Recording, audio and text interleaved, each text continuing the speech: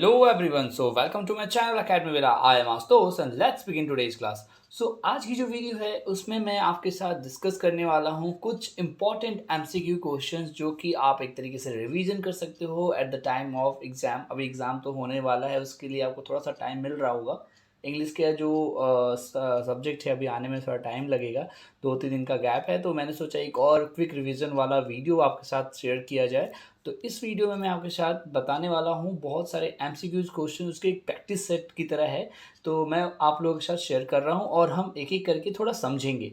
मैं क्वेश्चंस को ऐसा नहीं है कि आपको बस पढ़ पढ़ के बता दूंगा, थोड़े बहुत हम लोग लिंक भी करेंगे कुछ क्वेश्चंस को हद तक, ताकि एक माइंडसेट क्रिएट हो कि हाँ इससे रिलेटेड कुछ क्वेश्चंस आए तो उसको भी आप अटेम्प्ट कर पाओ। तो चलिए बिना देरी के शुरू करते हैं। जो मेरे पास मुझे स्टफ़ मिला उसके भी यहाँ पे मैंने ये वीडियो बनाने जा रहा हूँ आपके लिए। तो सबसे पहले स्टार्ट करते हैं, कुछ क्वेश्चंस हैं और उसके आंसर्स मैं आपको बताते चलूँगा। So first of all the question is, John Legjaw is the author of dash. इन चारों में से कौन सा ऑप्शन सही होगा आपको बताना है। जल्दी से अपना टाइम ले लीजिए, 3-4 सेकंड का मैं गैप रखूँगा। आप गेस कीजिए इनमें से चारों में से क्या ऑप्शन होगा। So the right option is B, me and the ecology bit. इसके जो राइटर हैं वो जॉन लेग्जॉ हैं। अच्छा, ये ऑथर से मुझे याद आया कि मैंने ऑलरेडी अपने चैनल पे एक वीडियो बना रखी है जो आपको बहुत हेल्प करेगी। पिछले ही साल मैंने ये वीडियो बनाई थी जिसमें मैंने बताया है कि ऑथर और आपकी चैप्टर्स और उसके ऑथर्स के जो रिलेशन है, यानी कि एक मैंने टेबल चार्ट तैयार किया था। उससे आप एक बार में एक पीडीएफ को पढ़कर वो सारी चीज़ें क्लियर कर पाएंगे। तो उसकी वीडियो की लिंक डिस्क्रिप्शन में और आई बटन में भी आपको मिल रही होगी, आप उसे जाकर देखिए और वो पीडीएफ का भी फ़ायदा उठाएं। तो फिर चलिए आगे चलते हैं। सेकंड क्वेश्चन देखते हैं कि how many blocks away was the post office from Mister Johnson's house in the essay. मतलब me and the ecology bit chapter में जो पोस्ट ऑफिस था वो मिस्टर जॉनसन के घर से कितनी दूर था, कितनी ब्लॉक्स दूर था। सो आप अपना आंसर शेयर करें, सोचिए ज़रा, कमेंट में लिख के बताएं। चलिए मैं आपको आंसर बताता हूँ। आंसर इज बी, 2 ब्लॉक्स, यानी 2 ब्लॉक्स के बाद उनका घर था। ठीक है, थोड़ा गैस करने के लिए मैं थोड़ा सा टाइम दूंगा, एक छोटा सा गैप, यानी 3-4 सेकंड के, ताकि आप भी एज्यूम करें आंसर कि आप कितने हद तक सही हैं। इसलिए मैंने आंसर यहाँ पे दिखाना सही नहीं समझा। चलिए थर्ड है, which animal message of Miss Granny's yard. मतलब मिस ग्रेनी की यार्ड में कौन सा जानवर आ गया था, तो आपको याद ही होगा वो आंसर क्या है। So the right answer is dog, है ना। आगे देखिए, gym found mister William burning. Gym ने पाया कि मिस्टर विलियम जो थे कुछ जला रहे थे। व्हाट वाज दैट, आप सोचिए ज़रा। So it was I think you got it. So the right answer is C, leaves. ठीक है, लास्ट आंसर है, लास्ट क्वेश्चन है इसका, इस चैप्टर का, कि in the essay me and the ecology bit the narrator has dash root. Me and the ecology bit में narrator था, वो जो लेखक था, उस dash has a dash root. किस टाइप का रूट था उसका वो बताइए आप। सो आपको पता था वो पेपर का भी काम करता था। So he has a paper route. ठीक है, रास्ता उसका ऐसा बना हुआ था। ठीक है, चलिए थर्ड चैप्टर का जो गिल्लू चैप्टर है उसके क्वेश्चन देख लेते हैं फटाफट। पहला है कि this lesson is about true friendship between a human being and और एन। मतलब ये जो लेसन है एक ट्रू फ्रेंडशिप है किसके किसके बीच, एक इंसान और एक किसके बीच। तो आई होप अभी तक आंसर आपने गेस कर लिया होगा। So it's an animal, right. चलिए, एनिमल यानी कि अभी देख ही होगा, स्क्वेरल का नाम गिल्लू था इस चैप्टर में। आगे है कि every one told the narrator that the squirrel would not dash after being attacked so badly by the crowds. है ना, सभी ने कहा था कि नरेटर से कि जो स्क्वेरल है वुड नॉट डैश, मतलब क्या नहीं कर पाएगी आफ्टर अटैक, यानी कि कौवों से इतनी बुरी तरीके से जख्मी होने के बाद वो क्या नहीं कर पाएगी। तो the answer is yes, guess it. So the answer is live, यानी कि हाँ लोग यही सोच रहे थे वो अब जी नहीं पाएगी, है ना। So C is the right answer. आगे है कि when the narrator sat down to write, Gillu wanted to catch her. जब नरेटर, है ना, जब भी लिखने बैठती थी तो गिल्लू क्या करती थी, है ना, wanted to catch her what. तो जब भी वो लिखने बैठती थी तो जो गिल्लू थी वो उसका क्या पाना चाहती थी, है ना, क्या पाना चाहती थी। So it was obviously the answer is attention. ठीक है, Gillu favourite food was, Gillu का जो फेवरेट फूड था वो क्या था आपको अभी भी पता है, तो एक बार गेस कीजिए। So it was it was Kaju. C is the right answer. Fifth question is, the narrator liked to believe that on some day Gillu would come back to life as a small juhi flower. मतलब जो लेखिका थी, है ना, like to believe, वो ये believe करती थी कि कभी कभी ना कभी Gillu would come back to, मतलब ऑन सम डैश डे, किस दिन में वो आएगी ऐसा कि जैसे कि जूही फ्लावर अपने जीवन में दोबारा मतलब जिंदा हो जाती है अपने लाइफ स्पैन के दौरान, उसी तरीके से जो ये गिल्लू है वो भी अपने लाइफ में आएगी। तो किस ऋतु में? तो आंसर यहाँ पे आप चार ऑप्शन है उसमें से आप देख के बताइए। So the right answer is B, spring मौसम की बात की जा रही है ना, वसंत ऋतु की बात की जा रही है। Who has written Gillu? So the answer is who has written Gillu, यानी गिल्लू को किसने लिखा है? तो ये तो बहुत इजी क्वेश्चन हो गया आपके लिए, दैट इज़ महादेवी वर्मा, है ना। इसकी लेखिका महादेवी वर्मा है, इन्हीं नरेटर की बार बार बात की जाती है। आगे देखिए, Mahadevi Verma was a leading poetess of the school of poetry, of the dash school of poetry. जो महादेवी वर्मा थी वो किस स्कूल ऑफ पोएट्री की लीड थी, है ना, कवि कवि थी, पोएटेस मतलब कवि। सो आंसर तो आपको याद ही होगा, इट्स ए, छायावादी स्कूल। ओके, आगे देखिए, क्वेश्चन है कि Mahadevi Verma was the recipient of which of the following award. Mahadevi Verma जो थी किस अवार्ड की रेसिपिएंट थी? सो द आंसर इज डी, सबकी, है ना। चलिए, Mahadevi Verma was an elected fellow of academy, dash academy, कौन से अकेडमी की वो इलेक्टेड फेलो थी, यानी कि चुनी हुई मेंबर थी? तो the right answer is C, that is kala, है ना, सॉरी कला, कला अकेडमी की वो इलेक्टेड फेलो थी। चलिए, when Gillu was hungry he made a sound of क्या?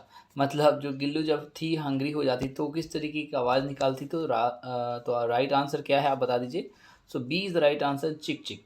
ठीक है, the colour of Gillu's eye was, जो गिल्लू की आंखों का कलर था वो कैसा था? ये तो बहुत ही आसान क्वेश्चन है। So it is C, blue. ठीक है, हाउ मेनी वोंड, वुंड मतलब घाव, how many wound did the squirrel have, squirrel को कितनी मतलब चोटें आई थी?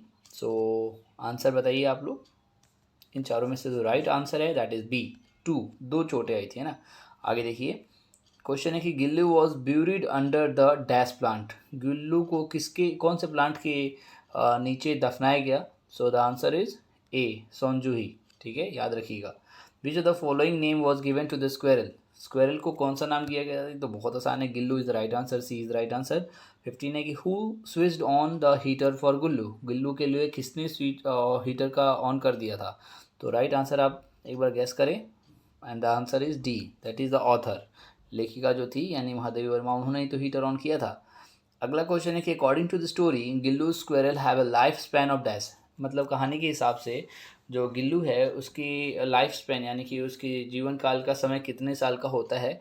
सो इसको एक बार गैस कीजिए आप, एंड चारों ऑप्शंस में से जो राइट आंसर है दैट इज़ बी, 2 साल का ही स्पैन होता है गिलहरियों का, याद रखिएगा इसको। Gillu would inform by twittering, Gillu किस तरीके से आवाज़ निकाल के करती थी? फिर से वही क्वेश्चन लेकिन थोड़ा सा घुमा के दिया गया, दैट इज चिक चिक। क्वेश्चन थोड़ा अलग था, मतलब क्वेश्चन सेम था, बस उसको घुमा कर पूछा गया था। 18 नंबर क्वेश्चन है कि in the story written by Mahadevi Verma Gillu was injured by, ये तो आपको पता ही है, स्क्वेरलों के द्वारा, जो स्क्वेरल है ना, वो किन के द्वारा घायल की गई थी? तो A is the right answer, कौवों के द्वारा। 19 क्वेश्चन है कि Mahadevi Varma is the author of, ये तो पता ही है, गिल्लू चैप्टर की लेखिका है, ए is the right answer.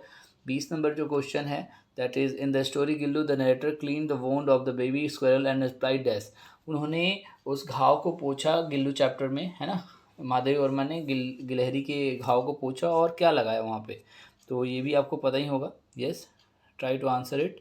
So B का राइट आंसर, 20 का जो राइट आंसर है पेनिसिलिन लगाया था उन्होंने, है ना। C the right answer. In the essay Gullu the narrator found an injured baby squirrel in her dash, Gillu chapter में जो नरेटर थी उनको कैसी गिलहरी मिली थी? सो इट वॉज, आपको पता ही है, मतलब वो कहाँ मिली थी, वो जो इंजर्ड गिलहरी थी वो उनको कहाँ मिली थी? तो राइट आंसर इज सी, उनके वरेंडा में, है ना। चलिए आगे चलते हैं। तो अब अगला क्वेश्चन है कि the author told Gillu to sit near her dash, author जो थी गिल्लू को कहाँ बैठने के लिए बोली अपने? ठीक है, तो the right answer is B, right answer is B, यानी प्लेट के पास अपने बैठने के लिए बोला उन्होंने। फिर है Gillu was put to eternal rest under dash, Gillu को कहाँ पर दफनाया गया मतलब? सो आपको पता ही है, B is the right answer, Sonjuhi creeper, ये जो लतेदार पौधा है उसी के अंदर उनको दफनाया गया, उस गिलहरी को, लास्ट क्वेश्चन है कि how would Gillu inform that he was hungry, वो कैसे इन्फॉर्म करती थी कि वो भूखी है गिल्लू, तो वो ऑब्वियसली चिक चिक की आवाज़ निकालती थी। ये क्वेश्चन आपने पहले ही पढ़ रखा दो तरीक़ों से, लेकिन अभी तो थोड़ा अलग था। चलिए फोर्थ जो चैप्टर है उसके कुछ क्वेश्चंस कर लेते हैं, देखते हैं कहाँ तक इस वीडियो में हम कवर कर पाते हैं। बाकी की चीज़ें हम नेक्स्ट वीडियो में कवर कर लेंगे अगर ज़्यादा लंबी वीडियो होती है तो। फिलहाल इसको आगे बढ़ाते हैं। इसमें पहला क्वेश्चन है कि in this lesson the author compares Indian films with dash films, मतलब इस लेसन में जो ऑथर है वो इंडियन फिल्म्स को किस फिल्म से कंपेयर करता है। सो आपको पता होना चाहिए, इसका राइट आंसर है सी, यानी वेस्टर्न मूवीज़ यानी हॉलीवुड मूवीज़ से वो कंपेयर करता है। सेकंड क्वेश्चन है the cinema dash in various measures the function of poetry, music, painting, drama, architecture and a host of other arts major and minor, मतलब cinema को मतलब cinema क्या करता है, तो ऑब्वियसली सिनेमा कंबाइंस करता है इन सारी चीज़ों को एक साथ। कंबाइन माने समेटता है, अपने एक में समेटे हुए है इन सारी चीज़ों को। सिनेमा के अंदर ये सारी चीज़ें आपको मिलती हैं ऑब्वियसली, तो A is the right answer, combines. ठीक है। तीसरा है कि an Indian film should steer clear of dash, यानी कि जो इंडियन फिल्म है उसको क्या करना चाहिए, किस चीज़ को बूस्ट करना चाहिए। इनकन्सिस्टेंसी जो है ना, B is the right answer, यानी कि अनिरंतरता कह सकते हैं, है ना, अस्थिरता बोल सकते हैं, जो हमारी बॉलीवुड की मूवीज़ में है उसको, उस पर थोड़ा उसको वर्क करना चाहिए इंडियन फिल्म में। ठीक है, उस पर थोड़ी सफाई होनी चाहिए। So B is the right answer. Moving ahead, what our cinema need above everything else is style an item, है ना, एक फ्रेज है ये, है ना। A sort of dash of cinema which would be uniquely and recognisably Indian. Four का जो right answer होगा दैट इज आइकोनोग्राफी। ठीक है। फिफ्थ है the raw material of cinema is dash itself, है ना, तो सिनेमा का जो रॉ मटेरियल है वो क्या है, लाइफ इटसेल्फ, यानी कि हमारे जीवन के बिहाफ पे ही हमारी मूवीज़ बनती हैं हमारे यहाँ, है ना, तो life is the right answer. Six question है who is the author of what is wrong with Indian films, तो इसके जो राइटर हैं आपको पता ही होना चाहिए। सिक्स क्वेश्चन का जो राइट आंसर है ए, सत्यजीत रॉय। और मैंने पहले भी बोल रखा है कि आप जाके वो वीडियो ज़रूर देखें, आपको डिस्क्रिप्शन में लिंक मिलेगा जिसमें आप ऑथर और जो चैप्टर्स के जो ऑथर हैं उनके नाम आप आराम से याद कर सकते हो। वो पीडीएफ मैंने ऑलरेडी वहाँ पे डिस्क्रिप्शन में दे रखा है उस वीडियो के। चलिए आगे देखते हैं। अगला क्वेश्चन है in which of the following international film festival Satyajit Ray received award, मतलब किसमें उन्हें अवार्ड मिला था, कौन से फिल्म फेस्टिवल में। सो सेवन का राइट आंसर जो है ऑल ऑफ दिस, यानी कि सब में उनको मिला था, वेनिस में, कैंस में, बर्लिन, हर जगह के जो इंटरनेशनल फिल्म फेयर अवार्ड थे उसमें उनको अवार्ड मिला गया था, दिया गया था, है ना। एट्थ क्वेश्चन है कि सत्यजीत रे, है ना, जो थे used to compose dash for his own films, वो क्या कंपोज किया करते थे अपनी फिल्मों के लिए, तो अपने म्यूजिक भी कंपोज किया करते थे। B is the right answer. Ninth है कि which of the following film was produce by Satyajit Ray, तो उनके द्वारा कौन सी मूवी बनाई गई थी, तो right answer is D, all of this. पत्थर पंचली, है ना, शतरंज के खिलाड़ी और चारुलता, ये सारी मूवीज़ उन्होंने ही बनाई थी। चलिए आगे देख लेते हैं। टेंथ क्वेश्चन कि the essay what is wrong with Indian films taken from dash, यानी कि जो ये ऐसे है what is wrong with Indian films, ये कहाँ से लिया गया है, तो इसका आंसर एक बार आप गेस करिए, और राइट आंसर जो है C, our films their films, है ना। चलिए अगला क्वेश्चन है कि according to the author which of the tool which of the following commands the respect according to any other creative expression, यहाँ पे कुछ वर्ड मिस कर रहा है। एनीवे जो इसका राइट आंसर होगा, है ना, 11th का, दैट इज सी, सिनेमा।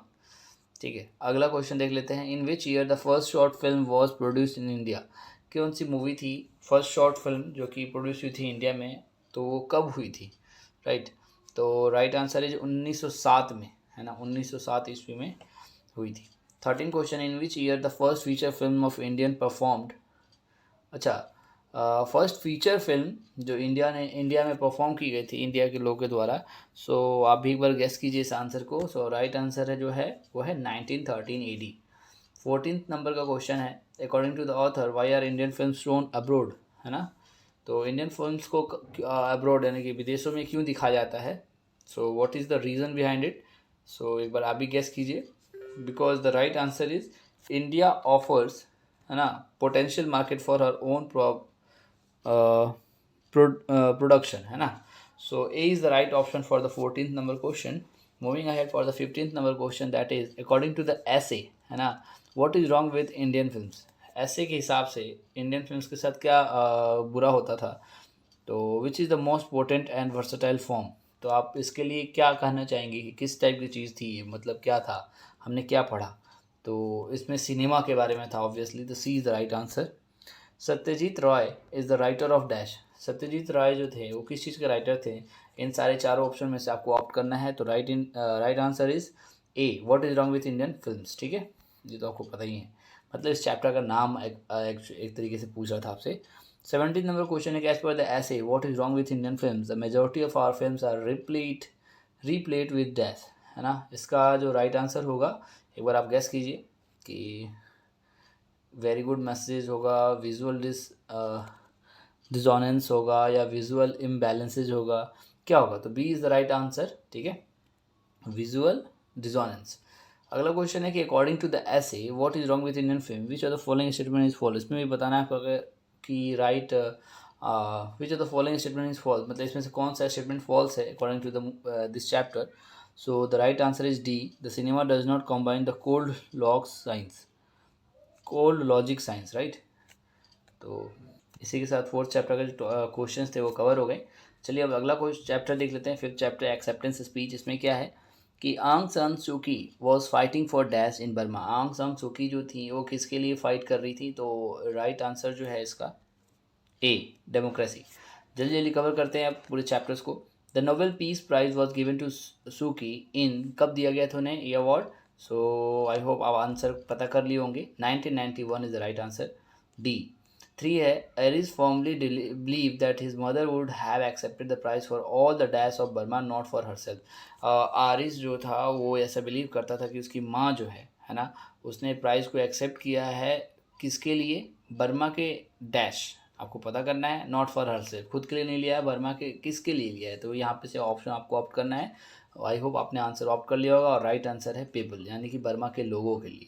ठीक है, फोर्थ क्वेश्चन है, Aung San Suu Kyi fought for dash of the human spirit. Aung San सूकी ने ह्यूमन मानवता के लिए लड़ा था, है ना। और यहाँ से 4 ऑप्शंस दिए हुए हैं, उसमें से राइट आंसर जो होगा आपने गैस कर लिया होगा, इमेंसिपेशन। ठीक है, अगला होगा फिफ्थ क्वेश्चन कि according to Martin Luther King Junior humanity can not be bound to dash and war. Humanity किसके बाधित नहीं होती है ना, बंधी हुई नहीं रहती किससे। So the right answer is B, racism, है ना। सिक्स्थ है कि who is the author of article acceptance speech. Acceptance speech के जो ऑथर हैं वो कौन है। सो आपने राइटर का तो मैंने बता ही रखा है, इसका जो राइट आंसर है वो ए है, आंग सन सूकी। सेवन्थ है, विच of the following country do आंग सन सूकी बिलोंग, वो कहाँ से बिलोंग करती थी। B is the right answer, Myanmar से। ठीक है, आगे है एट्थ, वेन वॉज आंग सन सूकी बॉर्न, वो कब बॉर्न, उनका जन्म कब हुआ था। तो इनका जन्म जो हुआ था 19 जून 1945 से हुआ था, ए इज़ द राइट आंसर। फिर है Aung San Suki is a dash. Aung San सूकी क्या थी, तो वो एक pro democracy activist B, B is the right आंसर, ध्यान दीजिएगा इसका। फिर है कि what is the name of the political party headed by Aung San सूकी। उनके द्वारा जो पॉलिटिकल पार्टी हेड की जाती थी वो कौन सी थी। So it was C, that is National League for Democracy. अगला क्वेश्चन है कि who receive the Nobel Prize on behalf of Aung San सूकी, तो उनके बेटे ने ली थी। ठीक है, तो A is the right answer, her son. अगला क्वेश्चन है कि according to Aris Nobel prize is all about the ideals of dash. Aris के हिसाब से नोबेल पीस प्राइज़ जो है वो किसके इज़ ऑल अबाउट, वो किसके बारे में है। So the right answer is C, that is humanism. ये ह्यूमैनिज्म के रिगार्डिंग है नोबेल पीस प्राइज़। ठीक है, अगला है कि acceptance speech was delivered on December 10, और कौन से सन में दिया गया था ये एक्सेप्टेंस स्पीच। तो ये जो राइट आंसर है इसका आपने गैस कर लिया होगा, ए, 1991 में। फिर है कि according to the essay acceptance speech what is Burma's long struggle for, मतलब एक्सेप्टेंस स्पीच के बिहाफ पे आपने क्या नोटिस किया कि बर्मा जो है किस चीज़ के लिए स्ट्रगल कर रहा था। So the right answer is C, that is peace, freedom and democracy, इन तीनों चीज़ों के लिए वो लड़ रहा था। अगला क्वेश्चन है कि as per acceptance speech the struggle taking place in Rangoon was for what, यानी कि एक्सेप्टेंस स्पीच के हिसाब से जो स्ट्रगलिंग चल रही थी वहाँ पे रंगून में वो किसके लिए थी। सो राइट आंसर इसका जो है ए है, emancipation of human spirit from political tyranny. ठीक है, आगे देखिए कि 16 है कि as per the acceptance speech the beauty of genuine brotherhood and peace is more precious than dash, यानी कि the beauty of genuine brotherhood, है ना, सच्चे भाईचारा का जो सुंदरता है ना, and peace is more precious, वो किससे ज़्यादा और बेटर हो सकता है। यहाँ से 4 ऑप्शन लेना है मैंने, कंपेयर किया जा रहा है यहाँ पे। सो राइट आंसर जो है डी, ऑल ऑफ दिस, इन सबसे ऊपर है क्या, ब्यूटी ऑफ जेन्यून ब्रदरहुड। ठीक है, आगे देखिए अगला क्वेश्चन है कि Aung San Suu Kyi's struggle was for dash, Aung San Suu Kyi का स्ट्रगल किसके लिए था, तो a democratic Burma, C is the right answer 17 का। 18 क्वेश्चन है कि in the essay acceptance speech Alexander Aris deliver the speech in dash, वो कहाँ पे उसने स्पीच दी थी, सो उन्होंने जो स्पीच दी थी वो दी थी ओस्लो में, B is the right answer. अगला क्वेश्चन है कि who was awarded the Nobel piece Prize in 1991, किससे दिया गया था, तो obviously it was Alexander Aris, sorry the answer is Aung San Suki, but वहाँ पे गए एरिस थे, लेकिन आंसर सी ही होगा। ठीक है, आंग सन सूकी।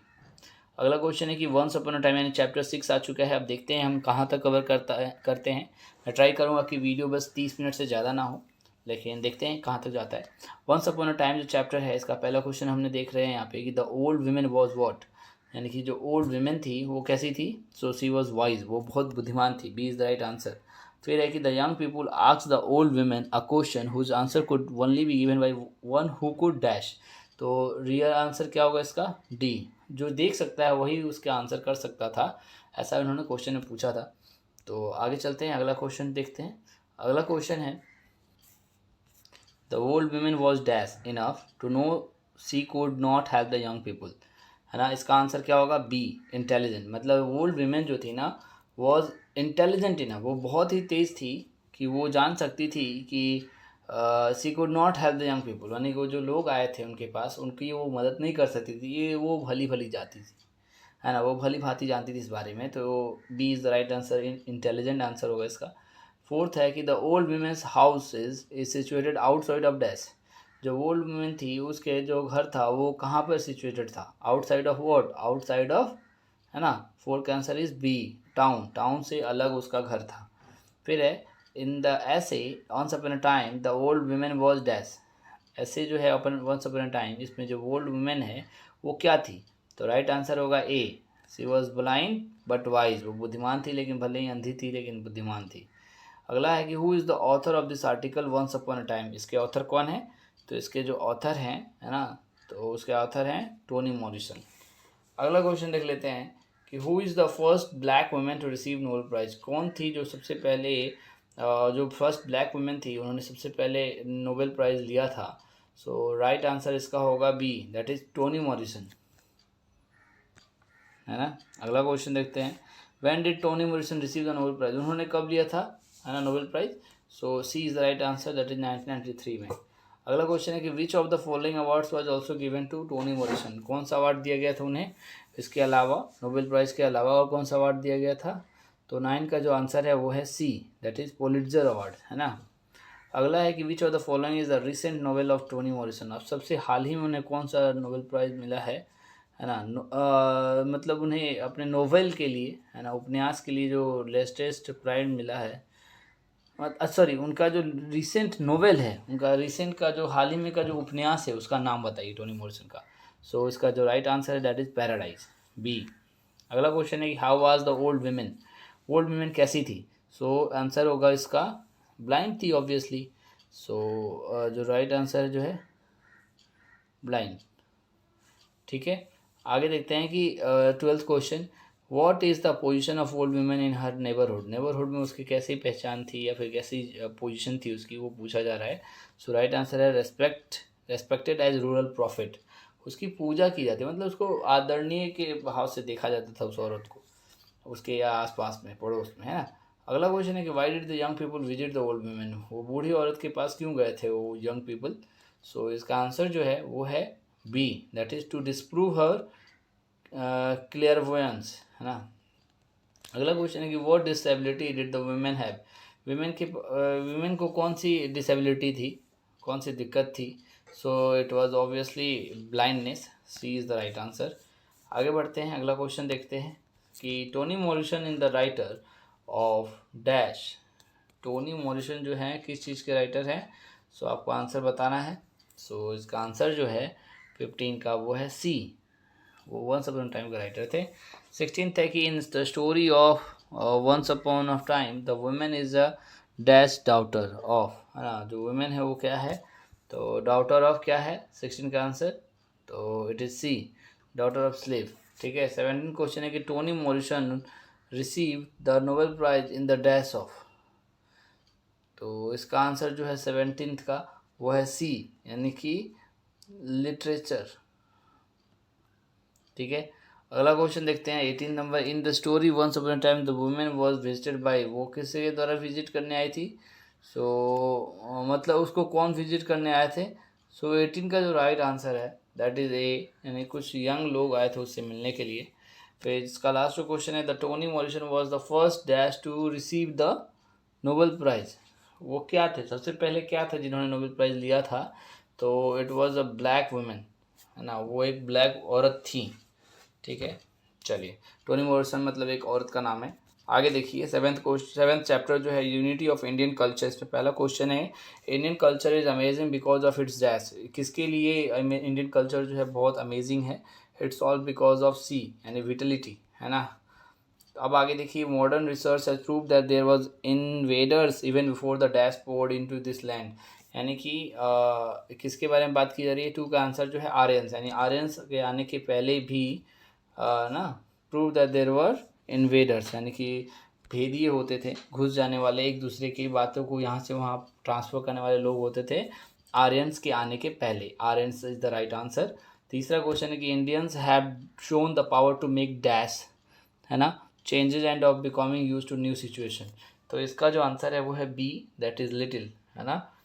तो India have shown the power to make little changes.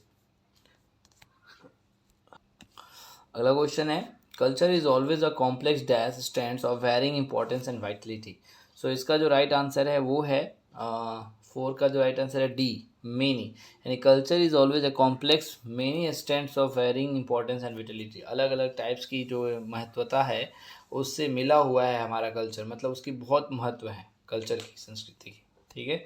अगला है in India the difference between the masses and the classes is not one of equality but of information and dash, so इसका जो right answer होगा वो होगा ए, यानी opportunity का है। ठीक है। अवसर। 6th क्वेश्चन है कि who is the author of the unity of Indian culture, फिर से वही क्वेश्चन। सो इसका आंसर कौन बताएगा? So it's answer is D, yes, Mahadevi Verma. चलिए 6th क्वेश्चन हो गया। सॉरी, सी का जो राइट आंसर है वो है हुमायूं कबीर, है ना। A is the right answer for C question, A is the right answer. 7th है कि Humayun Kabir was a famous dash, Humayun Kabir क्या थे? तो हुमायूं कबीर एक फेमस पोएट थे, नोवेलिस्ट थे, पॉलिटिकल थिंकर थे, वो सब थे। आगे का क्वेश्चन देख लेते हैं क्या है कि during which of the following prime minister Humayun Kabir was a central minister, है ना। किस प्राइम मिनिस्टर के दौरान हुमायूं कबीर जो था सेंट्रल मिनिस्टर था? Following prime minister Humayun Kabir central minister, है ना। सो इसका जो राइट आंसर है वो है JL नेहरू, जवाहरलाल नेहरू। अगला क्वेश्चन है this article is an adapted version of the lecture delivered by Humayun Kabir, यानी कि ये जो आर्टिकल है वो लेक्चर जो है वो अडेप्टेड वर्जन है हुमायूं कबीर द्वारा किसके लेक्चर से? सो इट्स आंसर इज, है ना, C, that is Baroda university, है ना, बड़ौदा। फिर है कि who were regarded as the earliest invaders of India till recently according to the author, तो इसका आंसर तो आपने देख ही रखा था, RN is the right answer, A.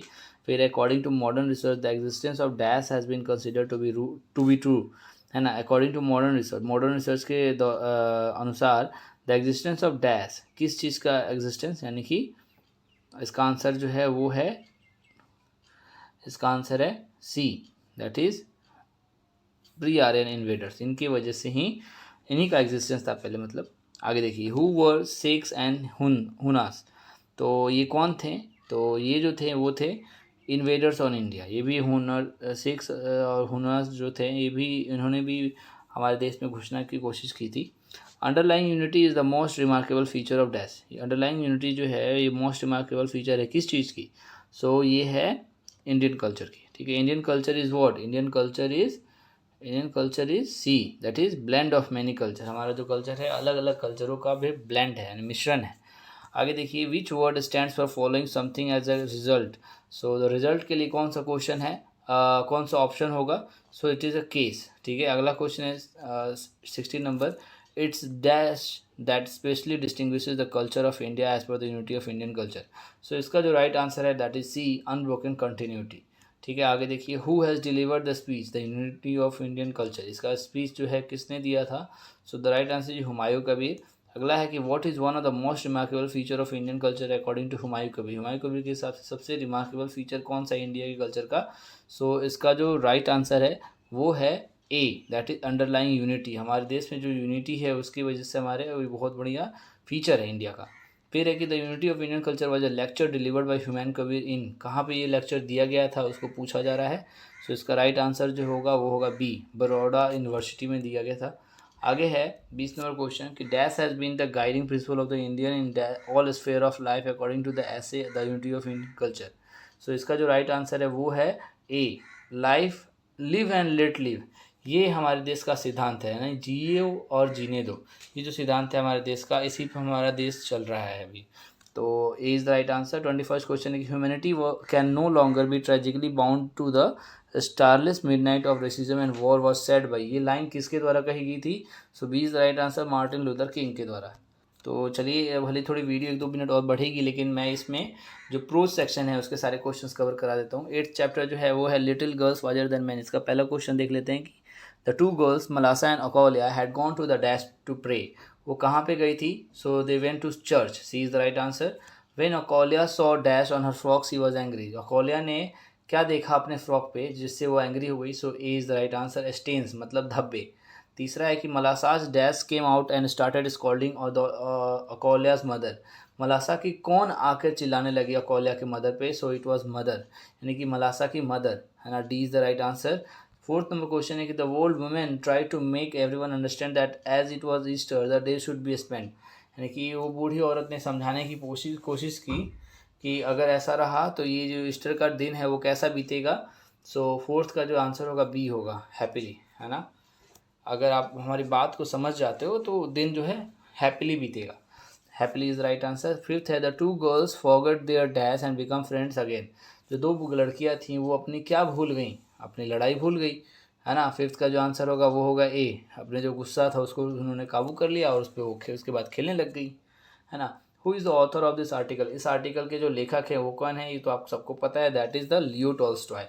B is the right answer. ठीक है। 7वां क्वेश्चन है कि where did the two little girls meet. वो जो दो छोटी लड़कियाँ थीं वो कहाँ पे मिली थीं। सो 7 का जो राइट आंसर है that is C, in a lane between two home states. ठीक है।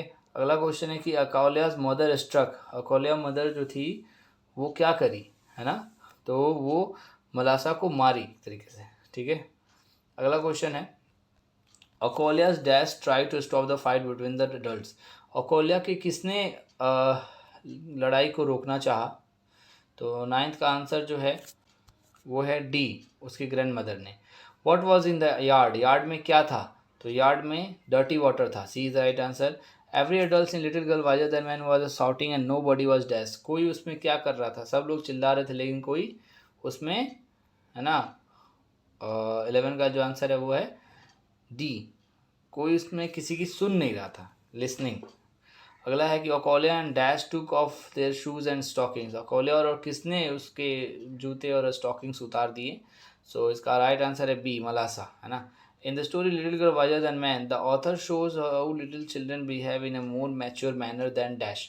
तो इस चैप्टर में कैसा दिखाया गया है कि मोर मैच्योर मैनर देन किसके कंपैरिजन में। तो it is the right answer C, adult, है ना। एडल्ट से भी ज़्यादा अच्छे से वो मैच्योरपन दिखाते हैं अपने अंदर, है ना, परिपक्वता दिखाते हैं बच्चे। 14th है कि in the story little girl wiser than man the girls are named dash. इसमें उनको क्या क्या नाम दिया गया था, है ना, मलाशा एंड अकोलिया।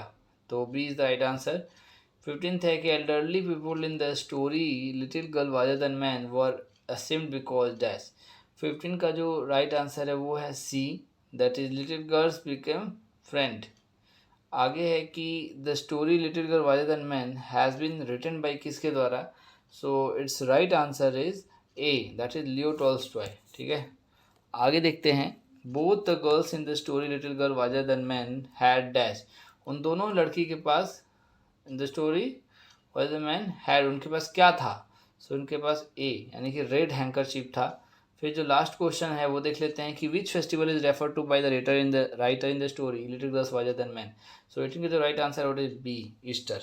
सो इस तरीके से मैंने अप्रोच सेक्शन के जो भी इंपॉर्टेंट एमसीक्यू क्वेश्चन थे वो मैंने आपके साथ शेयर किए हैं, कुछ समझा बुझा कर। आई होप आपको समझ में आया होगा। अगर फिर भी कोई क्वेरी रहती है मुझे कमेंट सेक्शन में लिखकर जरूर पूछे, और उसका मैं नेक्स्ट पार्ट लाऊंगा जिसमें आपको मैं पोइट्री सेक्शंस के जो एमसीक्यू हैं उसको प्रैक्टिस कराऊंगा।